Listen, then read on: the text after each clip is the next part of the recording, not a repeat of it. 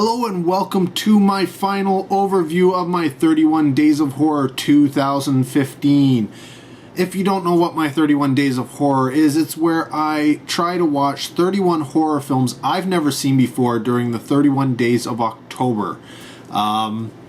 This year, much like last year, I was joined for a few reviews by my girlfriend, the lovely Leslie, and I also was at the Toronto After Dark Film Festival, so a good portion of the films reviewed came from that.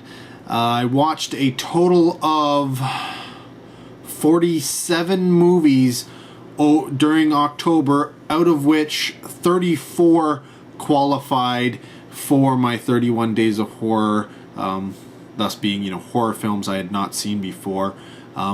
That means that 13, I think this is a record, 13 of the films that I did watch did not qualify. I will, as I mention the films that I watched, I will, you'll see the poster here and there will be a link to the review video of that particular movie for any of them that I didn't, that I did actual videos for. Which would be, all the ones that actually qualified and a few that didn't. So I will go over the 13 films that I, get honorable mentions because I either, they weren't horror films or I had seen them before. So the first one from that is the 2011 film Tinker Tailor Soldier Spy. Really enjoyed that. The second film was from 2009. That's Race to Witch Mountain. Interesting film. The third one was the 1998 great film Saving Private Ryan. Love that movie. You can watch it like at least every year. Next up from 2012 we had Battleship. Yes, Battleship. From 2015, this is the first of the Toronto After Dark Film Festival films that didn't qualify. It's actually, I think there is a total of 5 of them this year, which again I think is a record, and that's Synchronicity. Next up, again from the Toronto After Dark Film Festival, Laser Team. One that was close to qualifying, but I just discount, even though it mentions, calls it horror. If you go on IMDb, it puts it in the horror genre. I did not find it I didn't find that it was a horror at all. And that's the film The Demolisher. Next up, again from Toronto After Dark Film Festival, the action film Gridlocked. And finally, from Toronto After Dark Film Festival, the fantasy film, one I really, really, really enjoyed, the Sion Sono film Love and Peace. Definitely go check out that review if you don't know about that film. Next up was the 10th film that didn't qualify, and that's the 1981 film Evil Speak. Love that film. Didn't qualify. Already saw it. Saw it before. Again, another film. This one's 1980, Motel Hell. Horror film, but I have seen it before. And following on with number 12, this is a 1982 film. I think these last 3 have been all from Scream Factory. This is Deadly Eyes. Horror film, but I've seen it before. Finally, out of the 13th movie, which I saw, the 2015 brand new movie. Again, I like to see some stuff in theaters, but this was pure sci-fi, no real horror that I could find, and that is The Martian. So, on to the films that I did watch that did qualify. First film up, watched it on October 1st. That's the 2008 film Return to Sleepaway Camp. If you like the Sleepaway Camp movies, check it out. It's a direct sequel from people involved in the original films. Number 2, on October 2nd, I watched the 2012 remake of Maniac, a film that horror fans seem to really love, and I concur. The third film from October 3rd, 1982's Butcher Baker Nightmare Maker. Not everybody has seen this film, but I do think it is one of those ones that, you know, you should check out. Or should you? Check out the review to find out. Number 4, again from October 3rd. This is the 1987 cult classic, which I had never managed to catch until now. That's NECromantic. You like some necrophilia with your horror? Check out the review for NECromantic. Number 5 was from October 4th, and that's the 2014 art house film Horsehead. Yeah, check out the review on that. It was it was me and Leslie watched that film, and mixed reviews. One liked it, one did not. Check out the review to find out what we said. The 6th film I watched from October 5th was a 2015 film, very, very micro budget, Massage Parlor of Death. Yeah, most people have not seen this film ever. So check out the review to find out if you should or should not track it down. The 7th film from October 6th was the 2007 film from Sub Rosa and my man Ron, director and owner of the, of Sub Rosa. That is the movie Clay. Check out that review. Definitely do that one. It is a film, again, not many people have probably seen, but it is available to get. You contact Ron if the review at all seems like something that you want to check out. You can get in touch with him, and I'm sure he'd hook you up. The 8th film from October 7th. This is the 2013 anthology film VHS 2. Again, lovely Leslie joined me with that one. She loves anthology films, but did she love this one? Check out the review and find out. The 9th film from October 9th. We're back on track. This is the 1982 film Der Fan, or The Fan. This is one of those films where, yeah, not many people have seen it until now.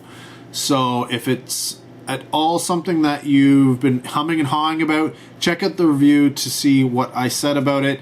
It's one of those films that's not for everybody, but you know what? Yeah, the review's gonna probably give you a few little hints about it, and might give you that little incentive to drop a few dollars on it. Number 10 from October 10th, the 1957, we're going way back, black and white film, Roger Corman, Attack of the Crab Monsters. Again, this one I was joined by the lovely Leslie, and I think we both gave it thumbs up, so check out the review and find out what we said about that one. Number 11 from October 11th, the 2013 Nazi zombie film Outpost Rises, the Spetsnaz, sequel to the Outpost films, part of the Outpost franchise, if you will. Number 12 from October 12th, the 1989 direct-to-video film Horror Rock. I'm not going to say anything else. Number 13, again from October 12th, the 2014 VHS Viral. Again, went back to the VHS series to, I think this is the 3rd one in the franchise. Again, the lovely Leslie joined me. Check it out. And see, did we both like it? Did we both hate it? Maybe we split on this one. Maybe we liked aspects of it, which is usually the case with an anthology film, right? You like some of the bits, you don't like others. But which ones did we like? Check out the review to find out. The 14th movie of the month was also on October 14th. The 2013 killer fish movie Beneath. The 15th movie watched started off with the Toronto After Dark Film Festival footage. Also happening on October 15th, that is Tales of Halloween. I know a lot of you have seen it since. because I believe it did its direct-to-video release and video on demand, and it's been on Netflix and stuff like that, I think.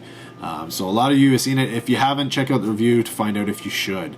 16th film, again, the second half of October 15th from the Toronto After Dark Film Festival, was the Hallow, a spooky fairy folk film. So check out the review for that one. If you like scary movies, it's probably something to check out. From the 17th, oh, itchy nose. The 17th movie that I saw was, again, from the Toronto After Dark Film Festival, the zombie comedy Night of the Living Dead. I was joined at the festival by the lovely Leslie, I believe, for this one. And yeah, so check out what we both thought about this zombie-com of a film.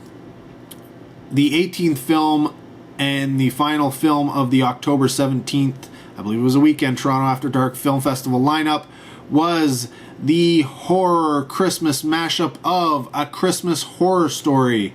I will say right now, both me and Leslie really love this film, but check out the review. Honestly, we can't give enough praise to this film, and I find a lot of people who are reviewing it either didn't get it, didn't pay enough attention, or yeah, just don't like horror and Christmas. 19th film from October 18th. This is another Toronto After Dark Film Festival film. That is the film Shut In. Yeah, it's honestly, you have to check out the review for that because I can't go into too much detail on it. From October 18th, the second film of the day, the 20th film of my 31 Days of Horror from Toronto After Dark Film Festival, the Hollow one. That was a spooky one, I believe, yes. 21st film of my 31 Days of Horror, starting off October 19th from the Toronto After Dark Film Festival, was the Diabolical. Again, something you should probably check out the review for, because it's not something you'll see very often, I think. And then the final film of October 19th from the Toronto After Dark Film Festival, my 22nd movie of my 31 Days of Horror, The Interior. This is a review you should definitely check out. It's a film you may never see or never be able to see. And if you do have a chance, you may want to watch this review just to see if you should spend your money on it or not. I'm not going to give any clues. Click on the link. The 23rd film from October 20th in a Toronto After Dark Film Festival, the film Backtrack. That was the, yes, the haunting murder mystery ghost type story, with somebody famous in it, and I can't remember who. 24th film of the my 31 Days of Horror happened on October 21st, and the first film of the day from the Toronto After Dark Film Festival. And that was the film Nina Forever. That is one of those films where you should definitely track it down. Check out the review. It's different, very different, and as you all know, horror fans and horror fanatics like their movies different. 25th film of my 31 Days of Horror, the second film of October 21st from the Toronto After Dark Film Festival, The Hexecutioners, the Canadian film, The Hexecutioners. Mixed feelings about that one, but check out the review to see why. 26th film of 31 Days of Horror from October 22nd, again from Toronto After Dark Film Festival, Tag. This is the first film from the Sion Sono night. Very mixed reviews from that, but yeah, you'll have to watch the review to find out if I was for or against it, because it's very, you know, some people hated it, some people loved it. It's not every day you get films that are that, you know, polar opposites in terms of people and their thoughts about it.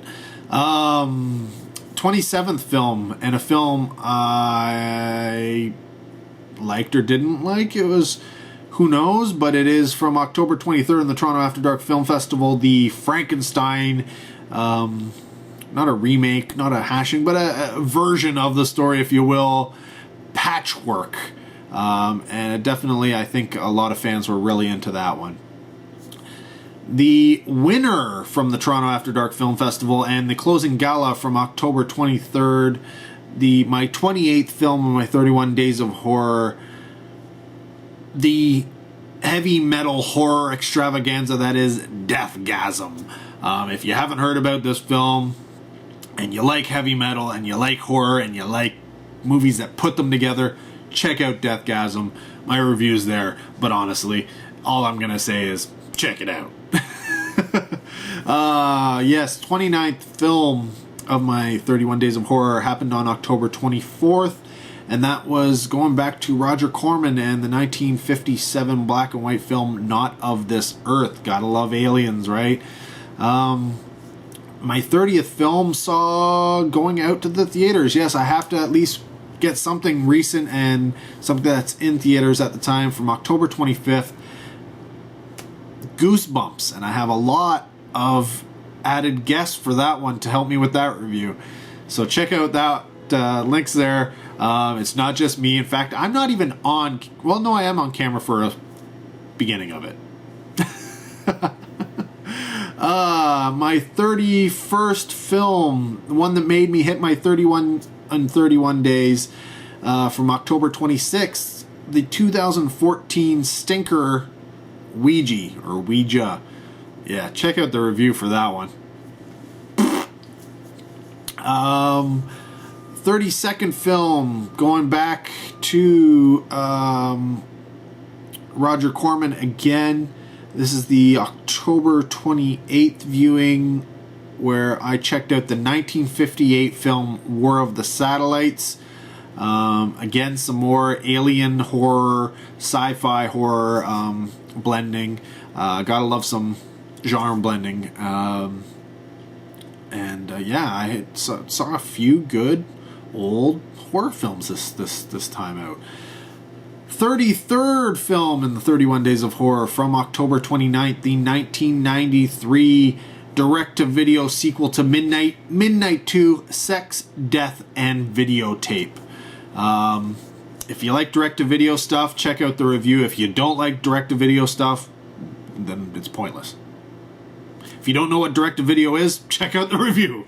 And finally, the 34th film that I watched during my 31 Days of Horror happened on October 31st, because you gotta watch something on Halloween, right? And that's the 1991 Lucio Fulci film Voices from Beyond. Yeah, it was one of those things that it seemed very, very likely that I had seen it, but there's no way I could figure out that I could. So I was almost, watching it and going, oh no, I'm watching something I can't include. But no, it turned out that there was no way I could possibly have seen it. So as familiar as the movie seemed to me, yeah, check out the review. I go into that in depth because honestly, I don't know. It still boggles my mind. So much of it seems so familiar, and yet there's no way I could have seen it before. I just own it now. So anyways, I hope you enjoyed my 31 Days of Horror 2015 segments. If you didn't watch them, they're all in a playlist. Again, you can click on any of the links in this video to take you there. Yeah, it was definitely a different 31 Days of Horror this year. Always fun to do. It's a lot of work to do all these videos, but I enjoy doing it. What I have to remember is for next year is not to go by day. Day 1, day 2. I watch sometimes no movie during a day, and other times 3 movies or more in a single day. So really that doesn't work. I think I'll just count the movies, you know, movie 1, movie 2. Because, yeah, I don't know. I was getting confused, so I can only assume you must have been getting confused if you're following along. Anyways, guys, I will have a link to the playlist down below.